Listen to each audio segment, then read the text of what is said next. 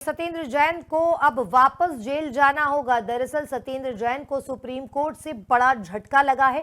सत्येंद्र जैन की नियमित जमानत याचिका खारिज कर दी गई है। मनी लॉन्ड्रिंग मामले में जमानत पर थे सत्येंद्र जैन। 2022 में मनी लॉन्ड्रिंग के आरोप में गिरफ्तार किया गया था सत्येंद्र जैन को और जमानत याचिका उनकी मंजूर की गई थी। स्वास्थ्य खराब था जिसकी वजह से उनको जमानत दी गई थी, लेकिन अब एक बार फिर से सत्येंद्र जैन को वापस जेल जाना पड़ेगा। सत्येंद्र जैन को सुप्रीम कोर्ट की ओर से ये बड़ा झटका लगा है।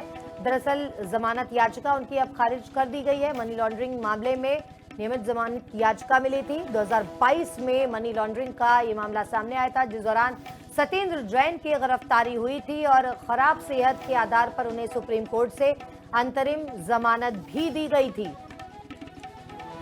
सत्येंद्र जैन को अब वापस जेल जाना होगा। दरअसल सत्येंद्र जैन को सुप्रीम कोर्ट से बड़ा झटका लगा है।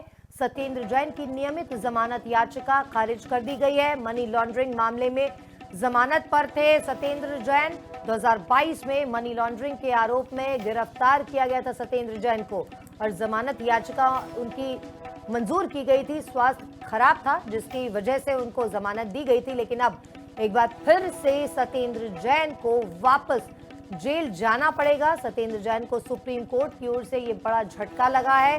दरअसल जमानत याचिका उनकी अब खारिज कर दी गई है। मनी लॉन्ड्रिंग मामले में नियमित जमानत याचिका मिली थी। 2022 में मनी लॉन्ड्रिंग का ये मामला सामने आया था, जिस दौरान सत्येंद्र जैन की गिरफ्तारी हुई थी और खराब सेहत के आधार पर उन्हें सुप्रीम कोर्ट से अंतरिम जमानत भी दी गई थी। सत्येंद्र जैन को अब वापस जेल जाना होगा। दरअसल सत्येंद्र जैन को सुप्रीम कोर्ट से बड़ा झटका लगा है। सत्येंद्र जैन की नियमित जमानत याचिका खारिज कर दी गई है। मनी लॉन्ड्रिंग मामले में जमानत पर थे सत्येंद्र जैन। 2022 में मनी लॉन्ड्रिंग के आरोप में गिरफ्तार किया गया था सत्येंद्र जैन को और जमानत याचिका उनकी मंजूर की गई थी। स्वास्थ्य खराब था जिसकी वजह से उनको जमानत दी गई थी, लेकिन अब एक बार फिर से सत्येंद्र जैन को वापस जेल जाना पड़ेगा। सत्येंद्र जैन को सुप्रीम कोर्ट की ओर से ये बड़ा झटका लगा है।